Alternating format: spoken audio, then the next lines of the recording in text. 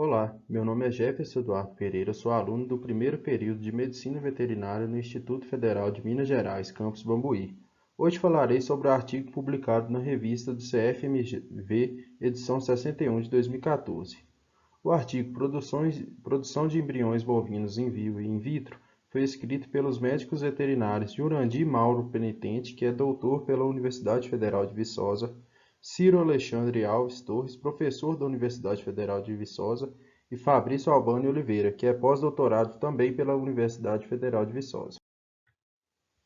A utilização de mais biotécnicas da reprodução animal são condições indispensáveis para o aumento da eficiência produtiva. Biotécnicas como a inseminação artificial, fertilização in vitro e transferência de embriões vêm sendo utilizadas com sucesso. O desenvolvimento folicular de bovinos ocorre em um padrão de ondas. Cada onda de crescimento folicular é caracterizada por um grupo de pequenos folículos. Desses folículos, apenas um continua seu desenvolvimento, os outros sofrem decréscimo de tamanho, estabelecendo-se então o fenômeno da divergência folicular.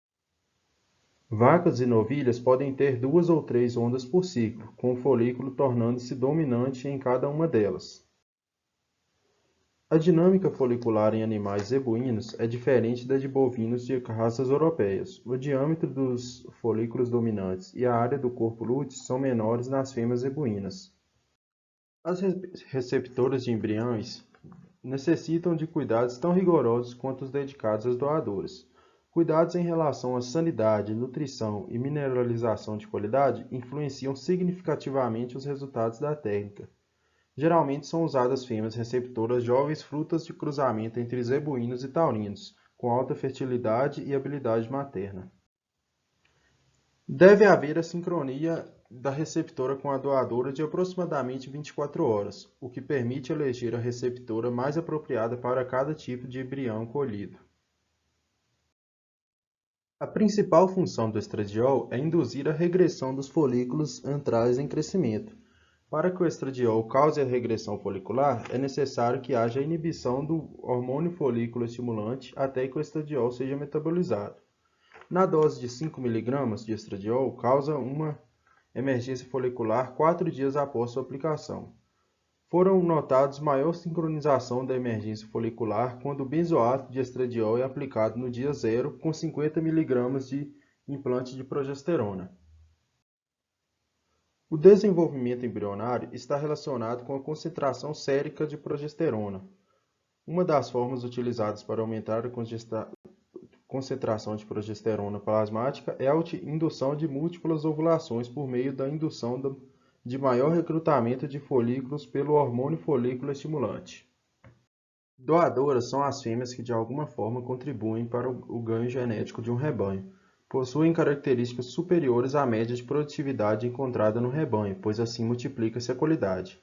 A superovulação é o aumento do número fisiológico de ovulações próprias de cada espécie, provocado pela administração exógena de gonadotrofina. As doadoras podem ser superovuladas repetidamente a cada 40 dias, durante um período de 1 a 2 anos, obtendo resultados satisfatórios. O uso de implantes de progesterona e estradiol em protocolos foi um grande avanço para a biotecnologia da reprodução animal, permitindo que a superovulação fosse iniciada em fases aleatórias do ciclo estral de bovino. O protocolo de transferência de embriões em tempo físico para doadoras consiste em aplicar no início do protocolo 3 ml de benzoato de estradiol e inserir um dispositivo de liberação de implante de progesterona. No dia 4, iniciar a superovulação com 8 doses de folículos estimulantes aplicados de 12 em 12 horas. No dia 6 às 18 horas, se usa prostaglandina. No dia 7 às 18 horas, usa-se o indutor de ovulação. No dia 9, fazem-se 2 inseminações artificiais, sendo uma às 6 horas e outra às 18 horas. E a colheita dos embriões é realizada no dia 15. Na colheita, utiliza-se um catéter de silicone contendo um balão inflável na sua extremidade distal e um mandril de metal que serve como guia. A lavagem é realizada no terço final do útero, por isso o balão deve ficar no terço médio. O catéter é acoplado a um equipo ligado a uma bolsa de 1 litro de tampão fosfato salino e a um filtro de embriões. Cada corno uterino é lavado aproximadamente 10 vezes, massageando levemente utilizando 500 ml de tampão fosfato salino para cada. Devem-se manter 2 a 3 centímetros de líquido no filtro durante a lavagem, para que as estruturas não grudem no fundo. O conteúdo do filtro é transferido para uma placa de Petri, onde será levado para a procura dos embriões. Os embriões viáveis devem ser avaliados e classificados.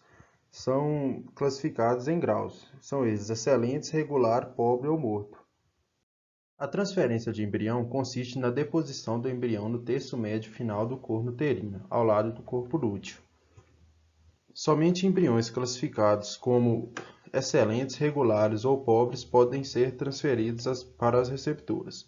As receptoras devem estar sincronizadas com a idade do embrião, ou seja, se o embrião tem 7 dias, a receptora deve ter ciclado entre 6 a 8 dias antes.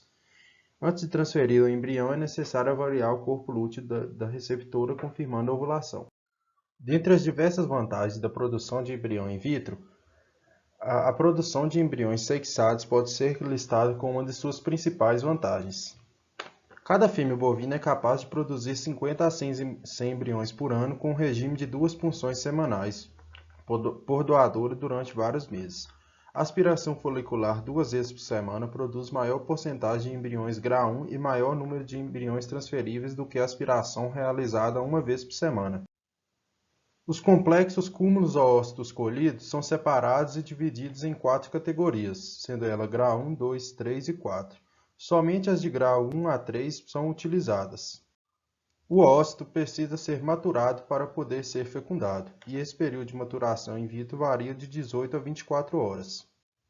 Os espermatozoides viáveis contidos em uma palheta de sêmen precisam ser separados do plasma seminal e dos espermatozoides mortos antes de serem co-cultivados com os oócitos. O tempo de cultivo in vitro varia de 7 a 9 dias. A taxa de blastócitos geralmente é avaliada no 7º dia de cultivo. A bipartição de embriões permite aumentar o número de bezerros a partir de menor número de embriões. Devem ser divididos em 2 metades com maior semelhança e podem ser bipartidos na fase de mórula, blastócito inicial ou blastócito. A separação dos blastômeros de embrião de 2 a 8 células pode ser obtidas pela ruptura da zona pelúcida e posterior proteólise ou separação mecânica. Os embriões bipartidos demonstram a mesma capacidade de se desenvolver que os embriões intactos. A utilização e aperfeiçoamento das biotécnicas de reprodução em bovinos permitiram o aumento da eficiência produtiva e aumentaram o número de descendentes deixados por uma única fêmea ao longo de sua vida. Mas apesar dessas técnicas apresentarem resultados satisfatórios, é necessário que hajam pesquisas com o intuito de reduzir os custos e assim tornar esse meio de produção acessível a todos.